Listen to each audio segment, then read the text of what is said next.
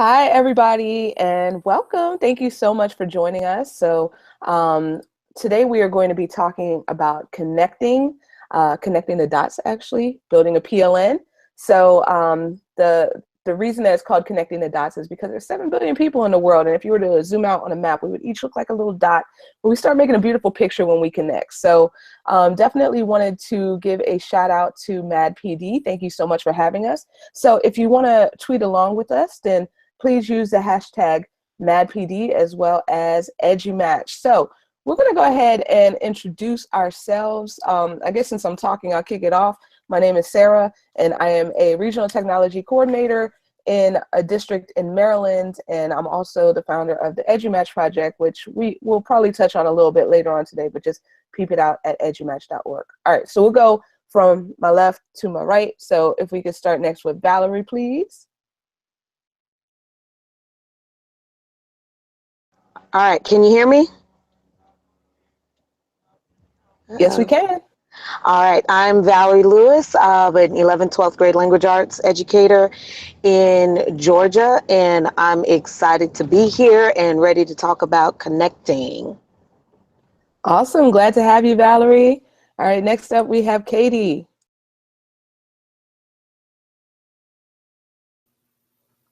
Hi guys, I'm a teacher librarian in Central California, all about connecting the dots, and co-founded Khaled Chat to help make those connections grow even more worldwide. That is awesome. Welcome, Katie. Glad to have you here. And we're also glad to have Leslie.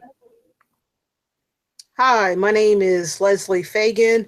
I am an instructional technology coach for the Griffin-Spalding County School System in Griffin, Georgia, and I have the pleasure of working with the secondary school teachers in my district. Happy to be here. Awesome. Happy to have you, and also happy to have Victor. Hi, my name is Victor.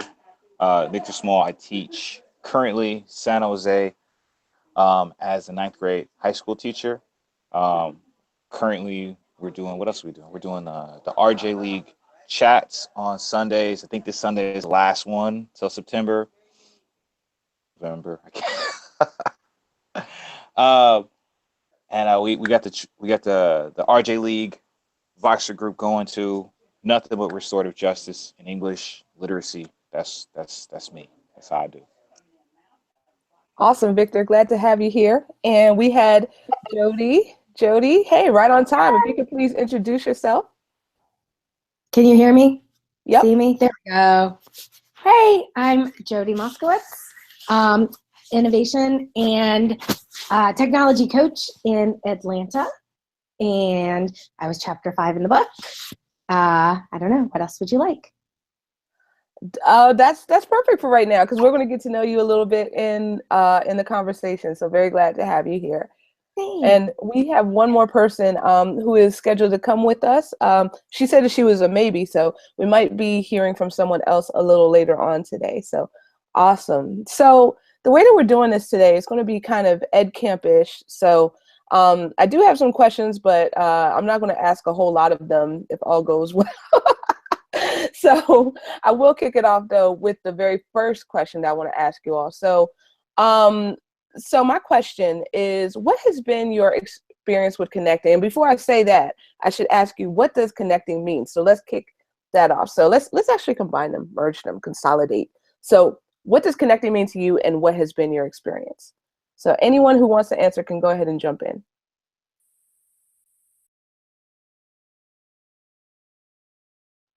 Rock, paper, scissors. All right, I'll go. All right. All right, so I would say connected means that you are establishing a relationship with others that are either like-minded or not, in order to stretch your thinking, challenge the status quo, um, in hopes of improving your practice. So through connecting with others, you can see a difference in opinions or perspectives that ultimately should grow you so that you can ultimately benefit the students.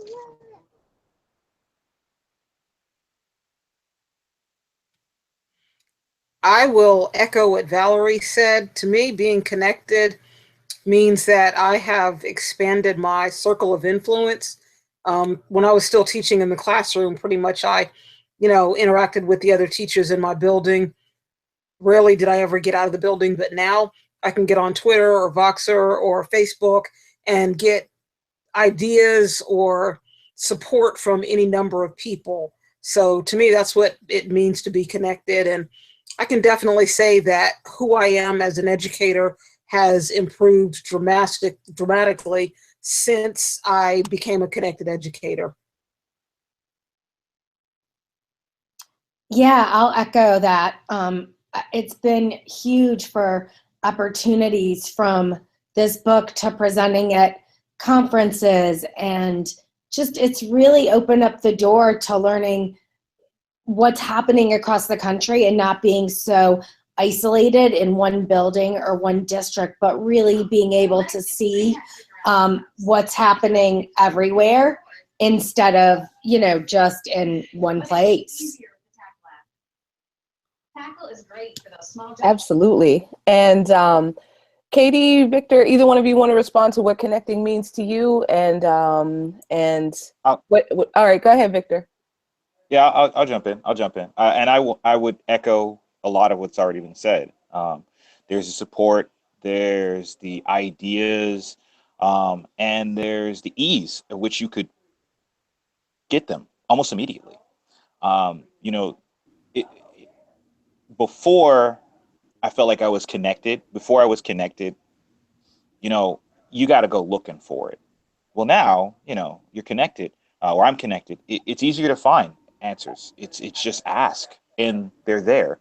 Are you going through something? You just tell everyone, and they'll support you. I mean, it's a lot of what they're saying, and I think I'm a better teacher now because of it.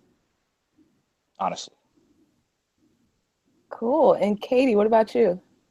I totally agree with what everyone else has been saying. Just being connected is the most fabulously amazing thing in the world. I would say that my job was a lot more difficult before I connected, trying to figure everything out on my own. Now my difficulty is doing all the wonderful things I hear about from my PLN. So it's a pleasant shift. And you have this team, anything I'm not sure about, I don't even Google it. I just go into Voxer and say, hey guys, I'm trying to do blank. Can you help me out? And it's a really fast response. I love it. Awesome. Yes, absolutely. And I would also love to say connecting has it's meant everything to me. I started back in 2004, and this was pre-Twitter and just at the beginning of Facebook, but really not a lot of people, if anyone at all, was using it for professional use.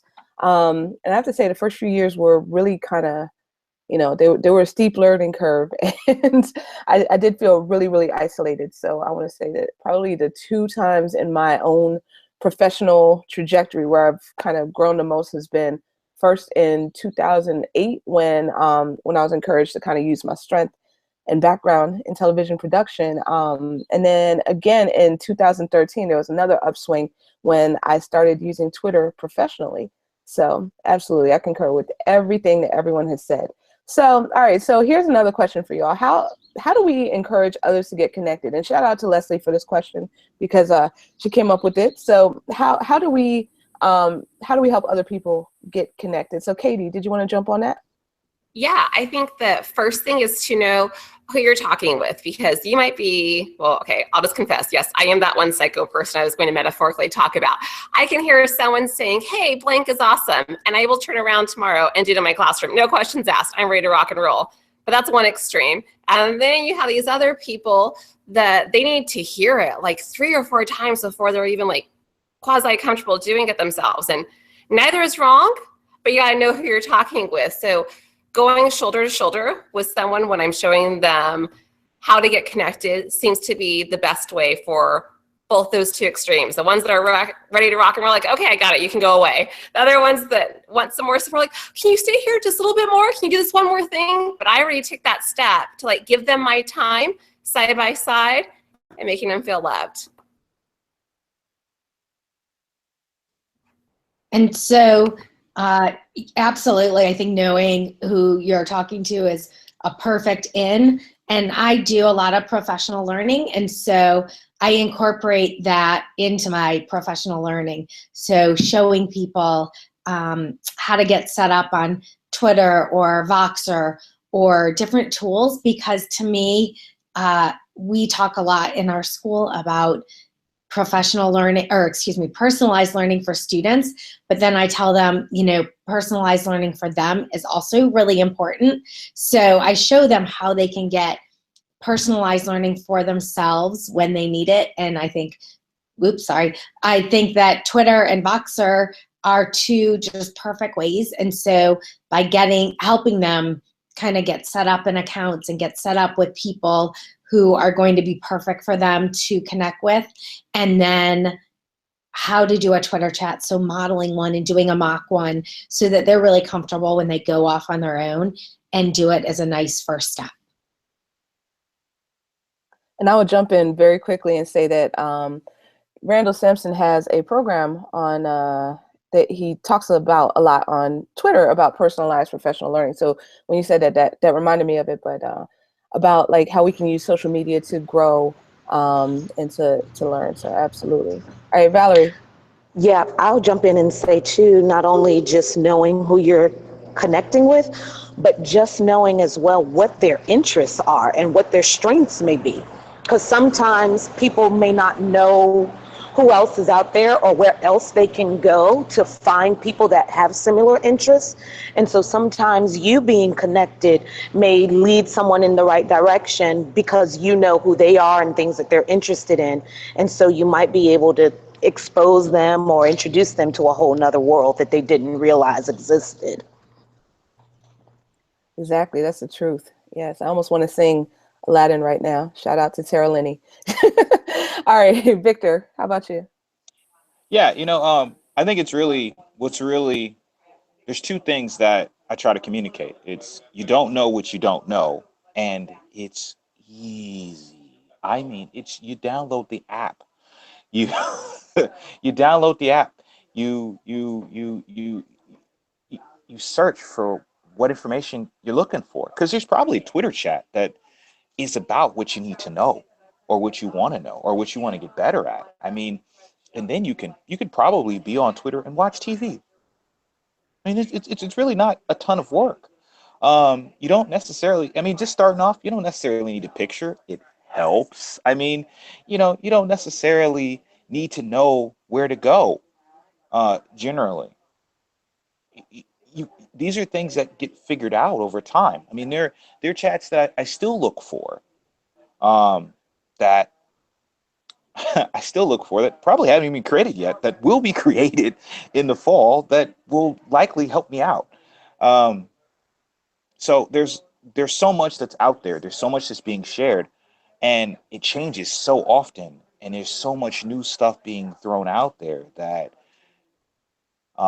just being available for it really is really where you get a lot of the good stuff from.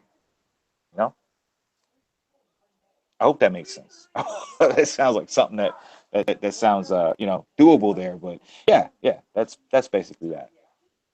Yeah, that makes perfect sense. And as you were talking then, I just dropped a resource on Twitter about Cyberman's page. He has like the whole internet cataloged when it comes to educational resources. So he, Tom Murray, I think Jonathan Rochelle, and there were a few other people. They crowdsourced a list of Twitter chats. So that is now, I just dropped that tweet. So Leslie, what about you?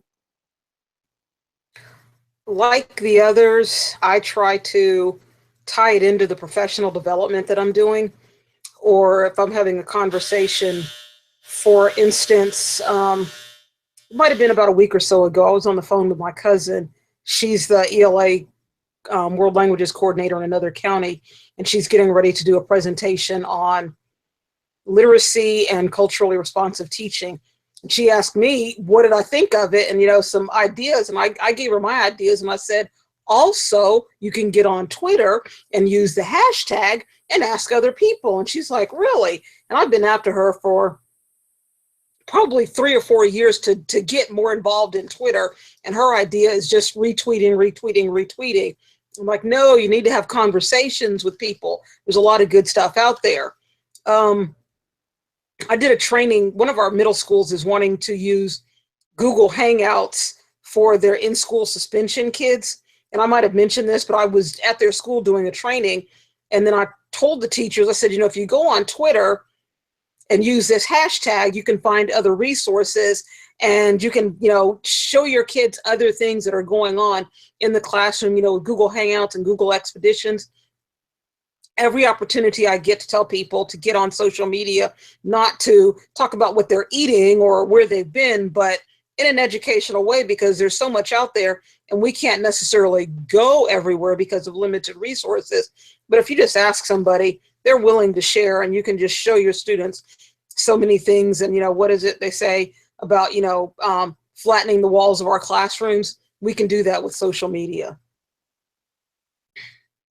Absolutely. So something you said, just wanted to definitely follow up on that. So you talked about like how someone might go on there and retweet as opposed to engaging with people, right? So I can kind of say that that I have, in my own journey, then I've seen like lots of things going on. But I just want to ask y'all a question, which may or may not be controversial. I don't know, might be doing too much in my mind. But what's the difference, if there is any, between connecting and branding, and why?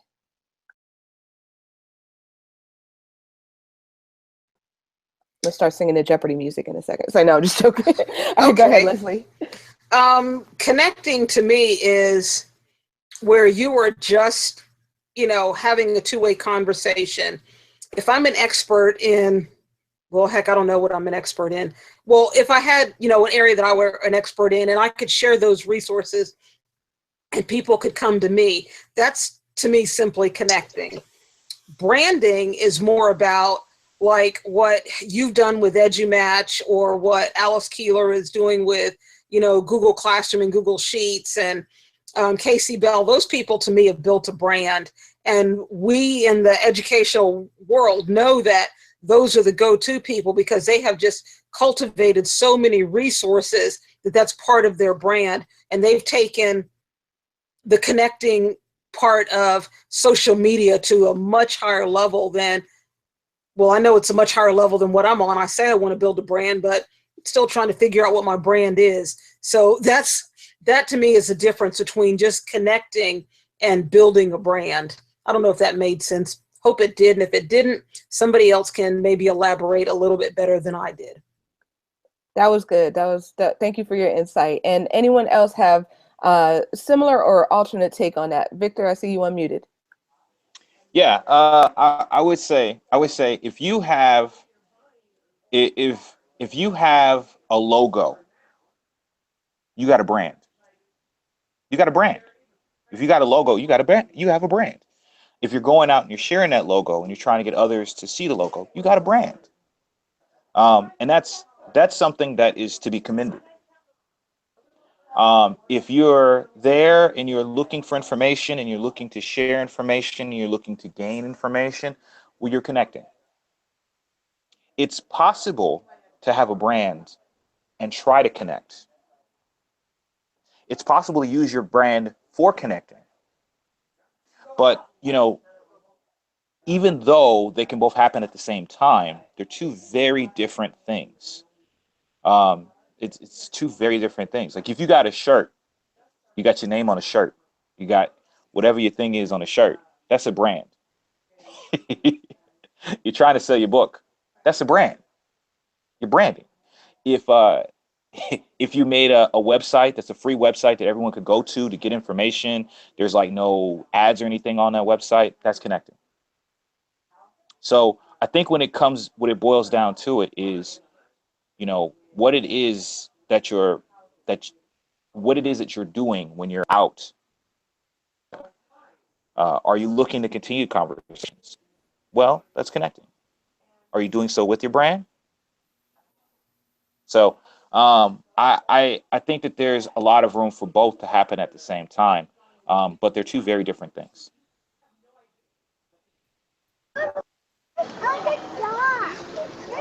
All right, Katie, I see you unmuted. Another angle I have. Yeah, I think, or I hope at least in my instance, that my connection is in fact my branding. I'm reaching out to people because of who I am and what I want to learn more and who I want to help. And simultaneously, whether I like it or not, a brand is being created about me. There are things that are said about me when I'm not around, and that's kind of your brand. So even though it's not an official label or I'm not selling something, there's still an image that gets put out. And that's something I try to reiterate with all of my students too. Whether or not you have a label you're assigning to yourself, a brand gets created even more so when you're connected at a global level.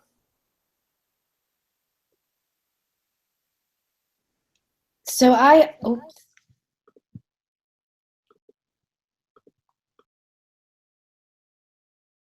There we go. So I also take it as the way we brand our school, because I think that social media has been so huge for us to be able to do that. So I think of branding as how we tell our school story, because I do a lot. I don't know if control is the right word. I run the social media for our school, and so we do a lot with Instagram and Twitter, and really letting our community know what's happening in the school. So kind of, we know the news doesn't show up till something bad happens. So really try to control and let everyone know our story and branding our schools in different ways using social media. So I kind of thought about it in that light also.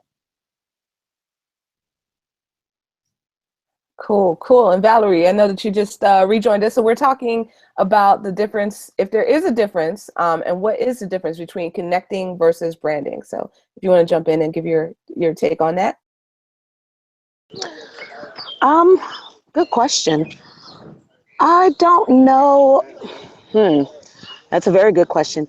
When you're talking about branding, I think branding is going to be anything that you kind of set as your footprint, or is your reputation. And, however you look at that from a marketing standpoint, it's what you are, it's who you are, it's what you do. So in every situation, you can brand yourself in a positive or a negative way.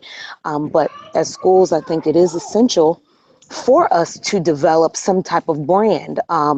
People want to know who you are as a business, as a school climate, as leaders in a building, as teachers, as learners. So it is important to connect so that you see who else is out there as well. But not only that, we know that we're in this work with lots of other great brains, and we can't do this work alone. And so it definitely means that we need to be able to join forces. And so that's where that connection comes in. And we connect with other people that match and model the brand that we want to put out there. And so if there's a difference, I think so, but are both necessary? Absolutely. Awesome. Yes. Okay. So sorry for the delay. I'm just kind of dropping something on Twitter right now. But as y'all were talking, you kind of triggered something in me. A couple of blog posts that I wrote about branding. The first one about like kind of making the decision to this one was from 2013, and it was inspired after an EdCam session from Joe Sanfilippo and Tony Sinancis, and they were talking about the need to share our stories, right? So so it really kind of resonated with me about like sharing your story. And then the second one is branding a dirty word. That one came from a conversation during EdCamp Arlington a few years back. But I think that both are good. Connecting is awesome. Branding is awesome. Just like many of you have said, then I think that it's good when it goes, hand in hand.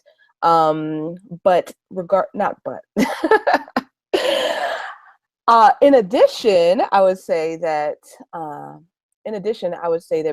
branding is just like y'all said. There's going to be a brand made about you, whether you like it or not. So, kind of putting out that information to say who you are. This is what I support. This is what I don't support. Then that's basic branding right there. And we all kind of do it. So amplifying things that we believe in, and also kind of sharing. Now, with connecting, then definitely that's like a two-way street for me. That's like kind of a plug. You know, you put a plug in a socket and the electricity flows in while the plug is in the socket, if that makes any kind of sense. So it's like a two-way type thing. To me, there's like there is kind of a danger when branding is done without connecting, because then you might start having, you know, people just be out there pushing out their stuff, pushing, and it might, you know, without kind of giving and taking at the same time, without that interaction. That's just my personal opinion. I'm not speaking on behalf of the panel at all, but definitely an ideal mix of branding and connecting would be my go-to. Cool. Any other thoughts on this before we move on? And please feel free to elaborate as much or as little as you want. Sarah, I wanted to jump in when you talked about the importance of sharing your story. I know that TED Talk, oh gosh, I don't want to butcher her name, but is it Chimamanda Adichie? Where she gives that TED Talk about the danger of a single story. And from state to state, region to region, city to city, you know, country to country, the stories at each school vary, even though we all share one common purpose, to help students learn and achieve their potential. But how we all get there, that journey is different, right? It looks different. And so it is important for us all to share our stories, because that story that we share may hit home for someone else who's probably experiencing some of the obstacles that we have. And by us sharing our story, we're helping them to kind of get through, or we might find value in someone else's story. So when you talked about the power of each person sharing their story, that's absolutely pertinent and important. Absolutely. Definitely agreed with that. And I love that TED Talk. That is a great, great, great one. Absolutely. Any other thoughts on the topic?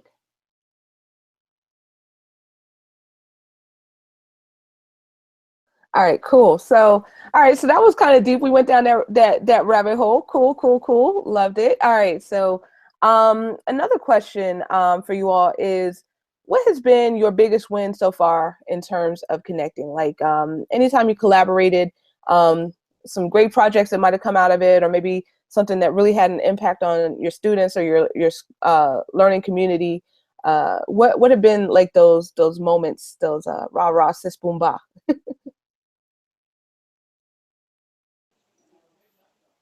I'm going to go ahead and say the book, the EduMatch book, EduSnap 16 Snapshot in Education.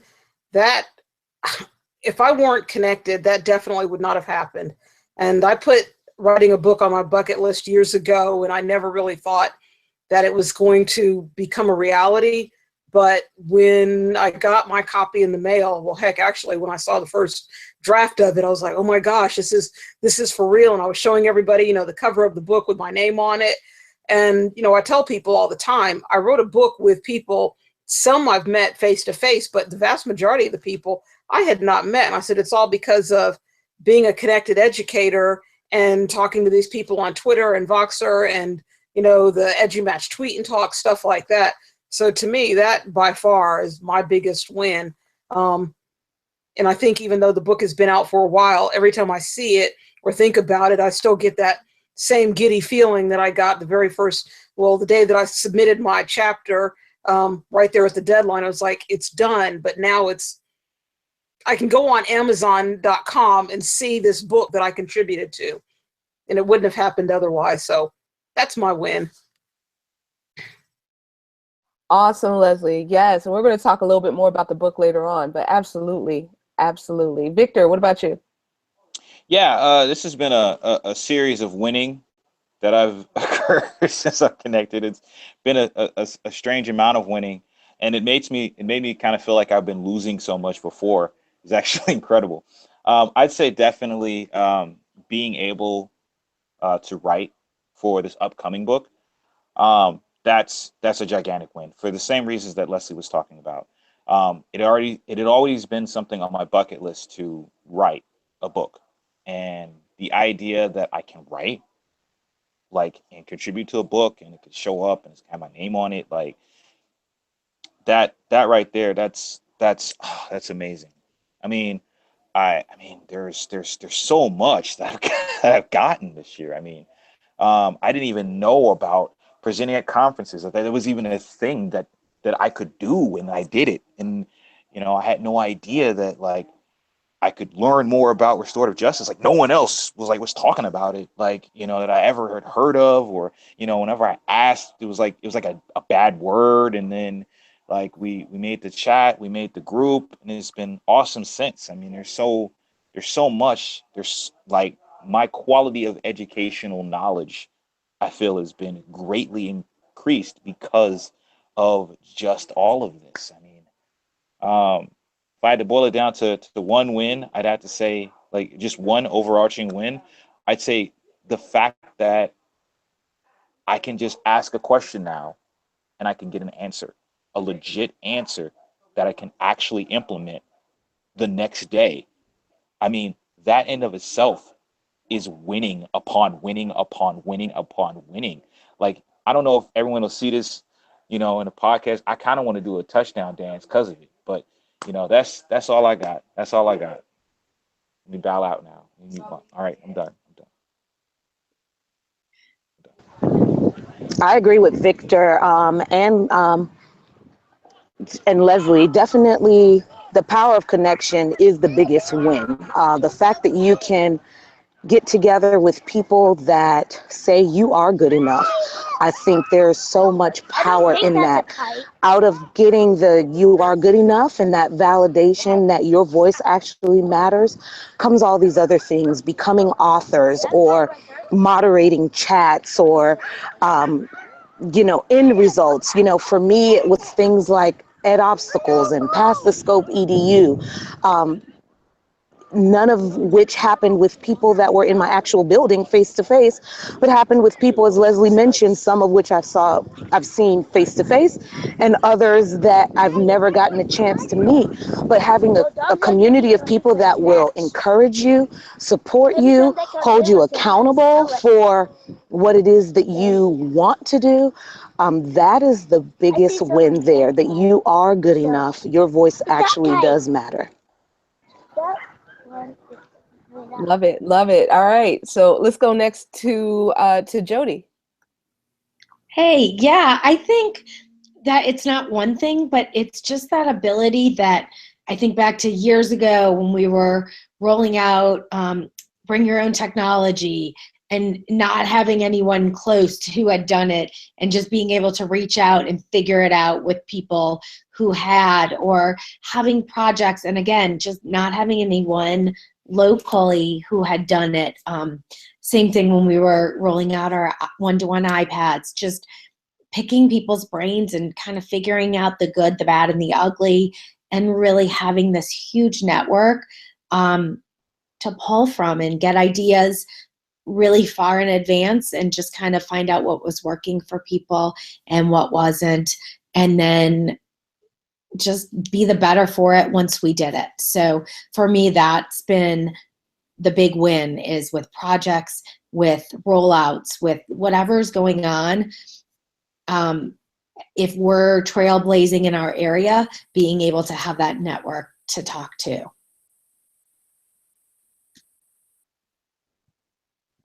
Great. And Katie? Yeah, I love sharing what I'm learning, and being connected totally puts all that stuff together. So like this last year, badging was my big thing. I just went out and I asked people, hey, can you help me figure this out? And guess what? I was like so shocked. No one said no. Like everyone legit helped me. Like, okay, I need some more help. Can I get some one-on-one time? I got people's phone numbers. They don't know me, but they gave me their phone number. I got to do a Google Hangout to like learn stuff a little bit more. And then I find out about conferences I would have never known about, even conferences that are just 2 hours away. And I'm asked to present at it. Why? Because I was connected, and people start to know what you're doing, and because they know about you, because you're connected. But I would not have grown or been able to help other people grow if I wasn't involved in learning and sharing and getting all of that goodness out there. Absolutely, I can definitely second that. I had done a few conferences in my area when I prior to connecting. But once I started connecting, then just hearing about more local opportunities to meet new people and to go meet them in person, to talk with them, to learn with them. It's just been amazing. All right. So Leslie, what about you? I don't know did you already answer this question? I did, but I always have something to say, so I can say more if that's okay. I want to piggyback a little bit what Valerie said. I did my first professional conference right before I left the classroom, and our Department of Education here in Georgia did some literacy workshops, and I presented with two of my colleagues. And after the first session, I was just in awe because all of these English teachers from across the state were, asking, how did you do this? And it was like, wait a minute, somebody values what I'm saying. Because when I was still teaching in the classroom, my students would periodically listen to me and my coworkers periodically would listen to me. But to have other people ask me for my email address and say, hey, can you walk me through how your school did this school-wide literacy plan? So to me, it was nice to be validated as an educator. And since I've become an instructional technology coach, that's been the norm. And it's so, I guess, refreshing to know that people value my knowledge enough to want to seek me out. So, when I go to conferences and I come back and I get messages, hey, how did you do this? Can you tell me, can you share, what do I have to do? It's nice to know that people want to know what you know because they think enough of you. So that to me has been a big win. And also, and my colleague, Robin, always says that I don't brag on myself enough. So I'm going to take this opportunity. Next month at ISTE at the PLN breakfast, they're going to give out awards. And I'm the recipient of the ISTE EdTech Coaches PLN Award for EdTech Coach of the Year. So I guess the book and this award, that's a pretty, it's a big deal. So I'm excited about that. So I'm going to say, whatever else happens, I'm riding a high from that, but things can only get better because I'm connected and I always have people that I can go to keep pushing me on and encouraging me and putting opportunities out there. We do that for our students, but who does that for us? The answer, the people in our PLN. So thanks, guys. Wonderful, Leslie. Thank you so much for sharing that, and congratulations to you. That is just amazing. So love it. Love it. So the next question that I have for the panel is, what's been your biggest challenge regarding connecting? So Katie, what do you think?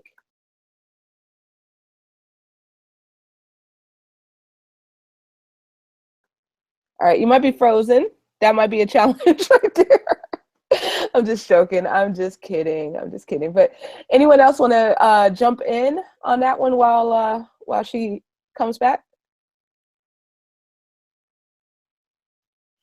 My challenge sometimes is time, because I have so many things going on. I feel guilty about, not checking in periodically, I'm probably the world's worst Voxer person because I'm in a ton of Voxer groups and I may pop in, every week. Okay, let me be honest. Every month I will get caught up, but I like the information and it's valuable. So it's nice, but it's just, I have stuff going on with work and then, my volunteer commitments that I have in my community. And I've been a foster mom for about a little bit better than a month. So now I have an 8-year-old that I'm having to take care of, which is an awesome experience if you've not done it. But it's, just time.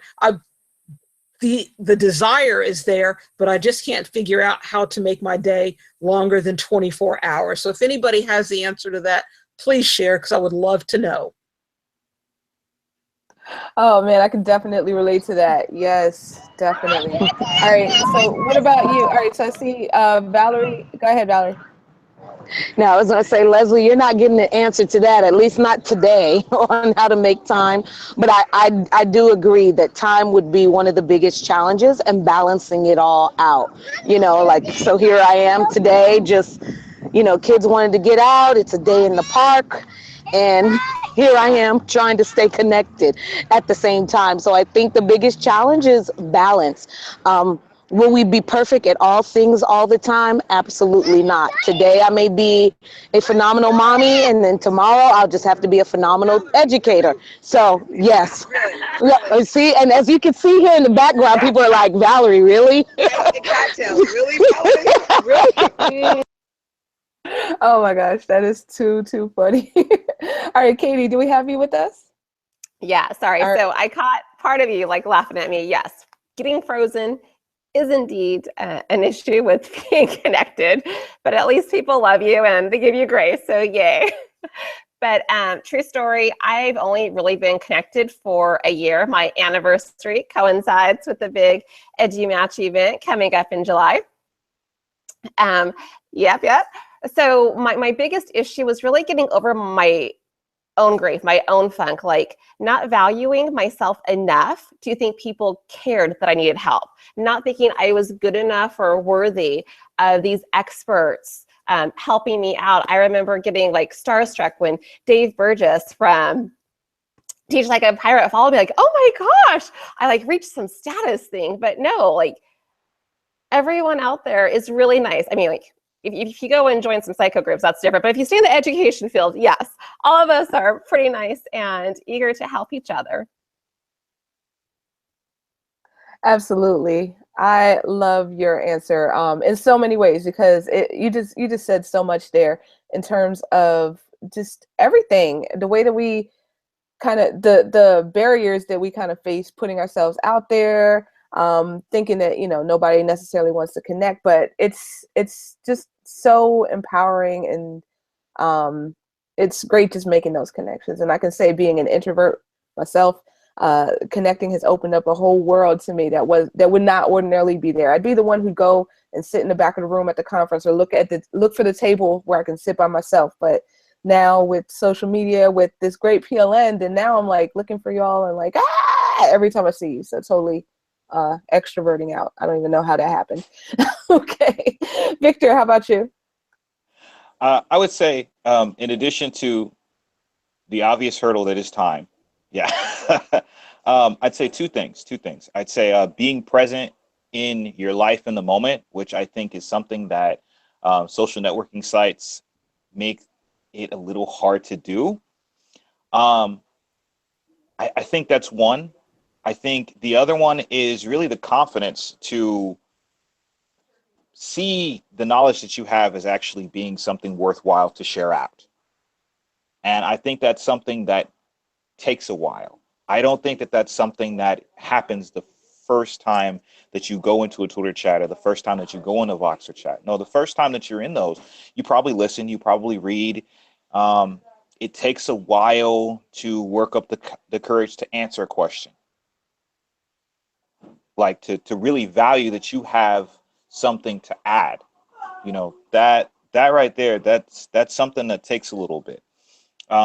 It's easy to do if it's on like on your Facebook page and like all your friends are like like you know it's your friends that is listening. But you know, when you're on Voxer, when you're on Twitter, that anyone can look at this and you don't really know who's listening or who's looking. So to have that confidence within yourself to answer the question, to put your answers out there for the experts in the field to dissect and to think about, that you know, that's kind of a scary moment too.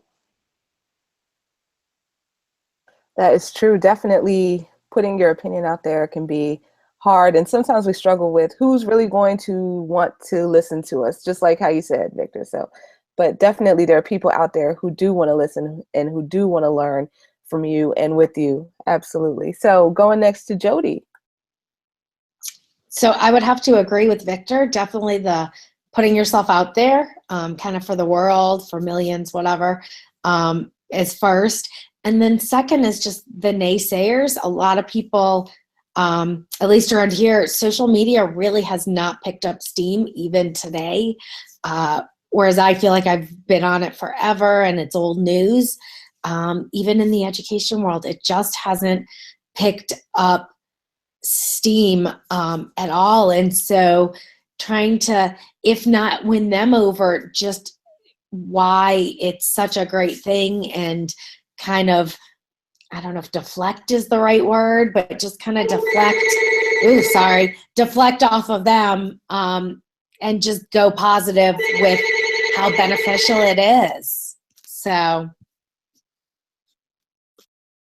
Absolutely. So you raised a very good point there about how to respond to naysayers. And that kind of that might tie in with an earlier topic that we were talking about as well, how to get people connected, because some of them may also be naysayers. But in any way, shape, or form, how do you respond to naysayers who are either against your use of social media or their own use of social media, like just open bad? How would you respond to either one of those situations?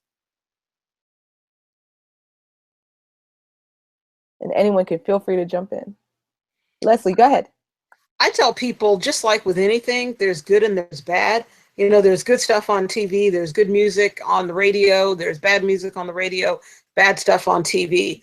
There's a lot of foolishness on Twitter. And when I first got on Twitter, I had my personal Twitter account. And on my personal Twitter account, my little bio thing said, "Don't ask to follow me because you're going to be rejected." That was my, seriously, it doesn't say that anymore because I realized the inappropriateness of it. But that was my place to go and follow people and just say whatever came to mind that I could not say in my life as a teacher. Well, then I got on Twitter for professional reasons, and I started interacting with my students and other educators. So to me, I've grown more. My personal Twitter, there is absolutely no growth there at all. But I tell people, if you're looking to reach out and find the good stuff, you have to be willing to get a little dirt on you before you can find that good stuff. So you just have to know how to use it. And I try to teach my students the appropriate ways to use social media when I do digital citizenship.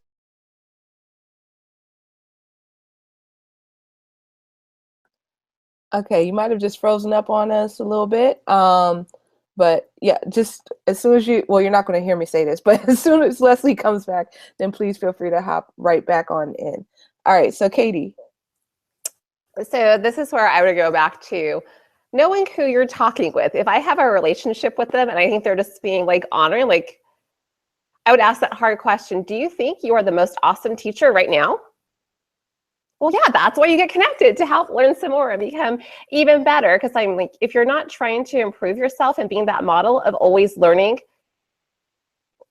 why are your students going to want to keep learning if you're not doing it yourself?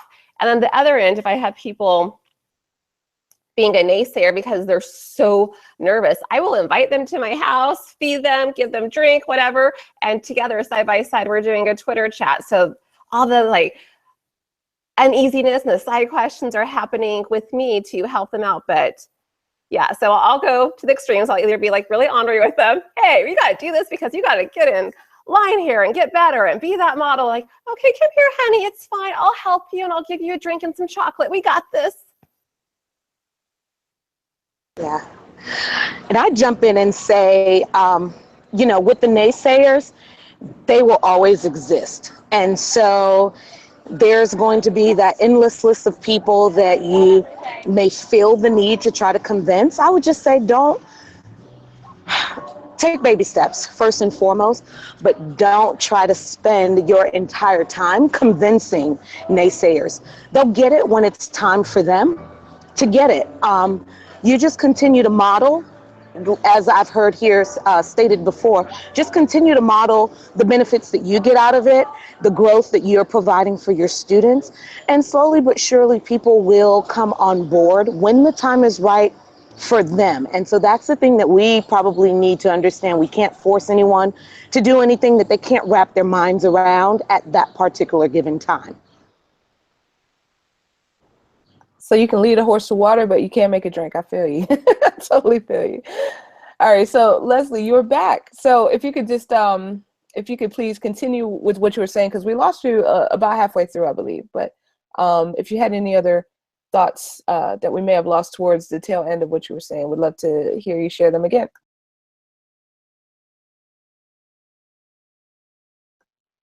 All right, you might still be connecting. So let's go next to Victor. I saw you unmute. Yeah, so I would say,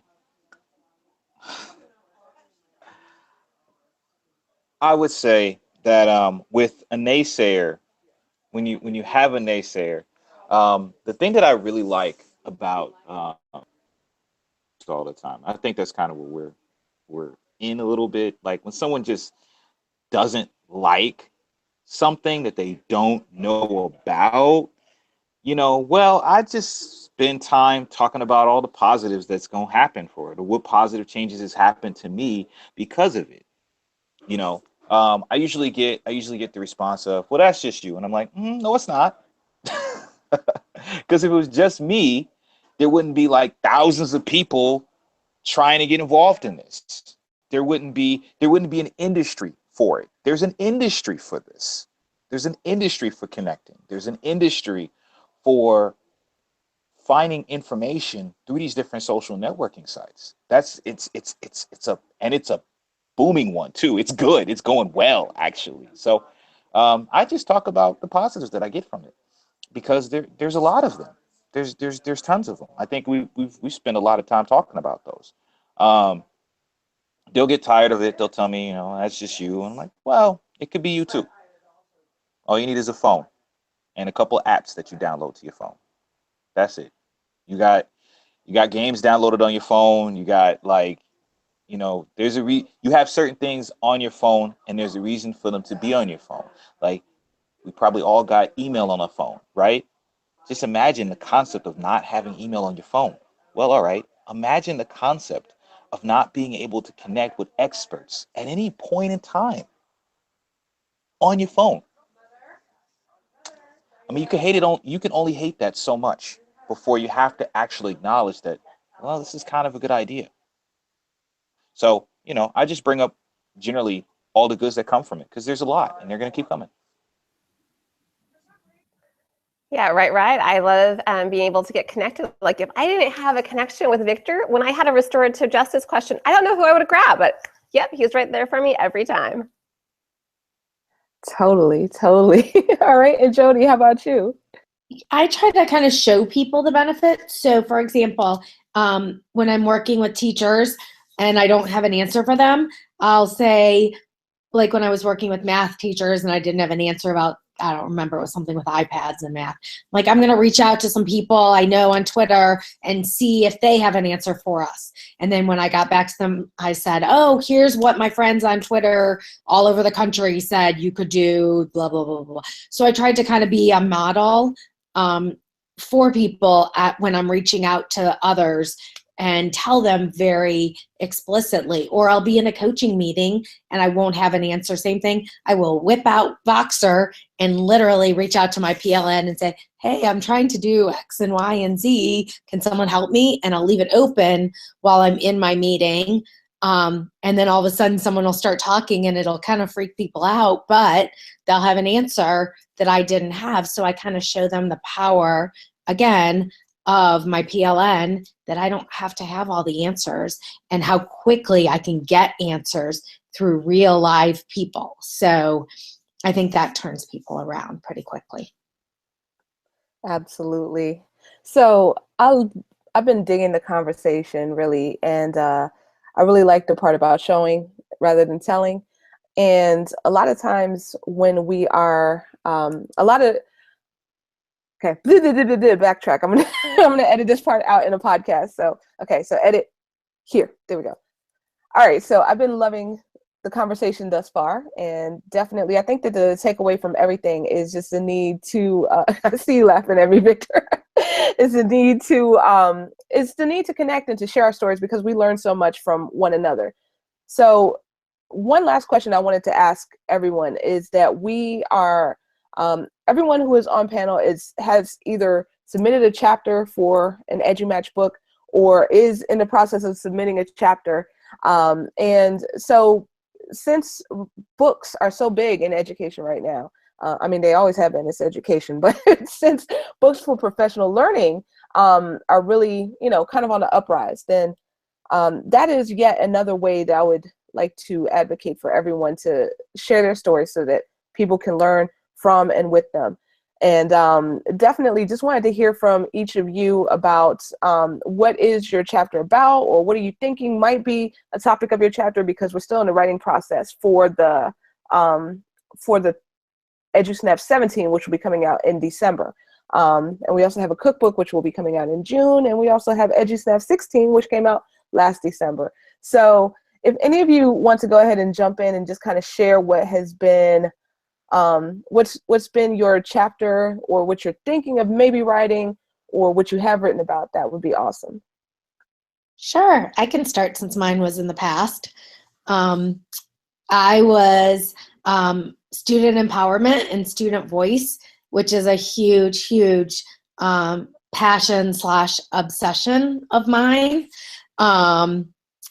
I just think that the way to help change and improve our schools is to work with our students and give them a voice in their classrooms, in their schools.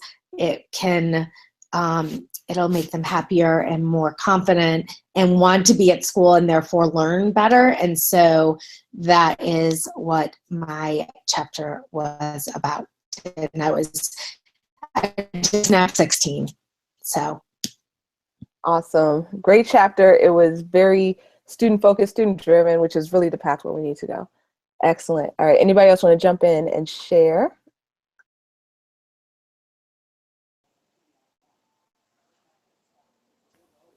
Spoiler alert. No. All right. So I see.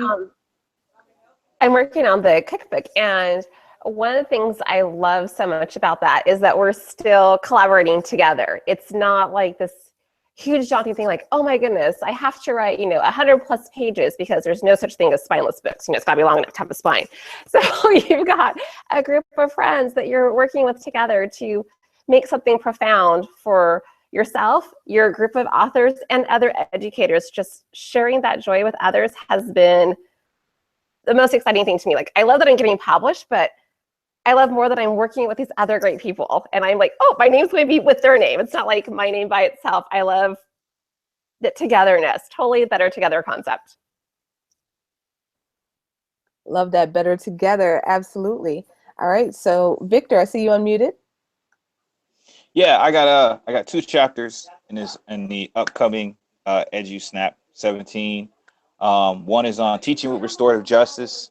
What sort of restorative justice practices that most teachers can implement, like now, that's going to help student learning, student behavior, this, that, and the other.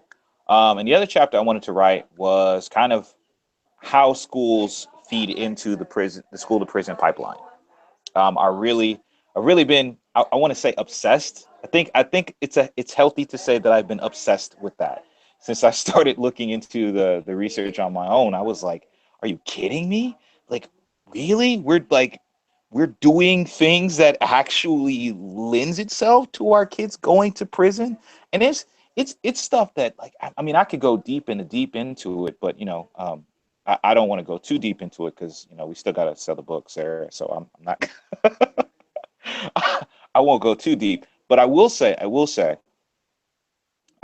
there are things that we as schools do that are counterproductive in terms of helping our kids get through life. I think there are things that we can do a lot better that we're just not doing, and we don't really seem to have any reasons for not doing these things. So that's really what my chapter is going to be mostly about. All right, awesome. Or chapters, I guess. Chapters, yes, absolutely, plural. So that is awesome. Love it. I feel like singing that song, Everything is Awesome, but truly you all were awesome today. So thank you so much to all of you for chiming in and sharing your voices tonight. Thank you to everyone who was tweeting with us and who was watching with us. So we're going to put this out as a podcast probably within the next couple days or so. So if you weren't able to tune in with us live, then you'll be able to get it in podcast form. So definitely looking forward to that. Also, if anyone listening out there or anyone on panel would like to promo a free virtual event that they have going on, be it a Twitter chat or a Voxer group or an event, then please feel free to Vox me a 15 or 30-second summary of your clip, and we'll definitely drop that in the podcast. So wanted to remind everyone watching that we will be returning tonight with the triumphant return of EduMatch Tweet and Talk. We're going to be talking about makerspaces and collaboration. So we have Allie, who's going to be moderating that for us in exactly 1 hour. So check it out at podcast.edumatch.org/tweet talk. You'll see a few changes that we've been working very hard on during the hiatus. So definitely tune in. And thank you all again for everything. See you soon.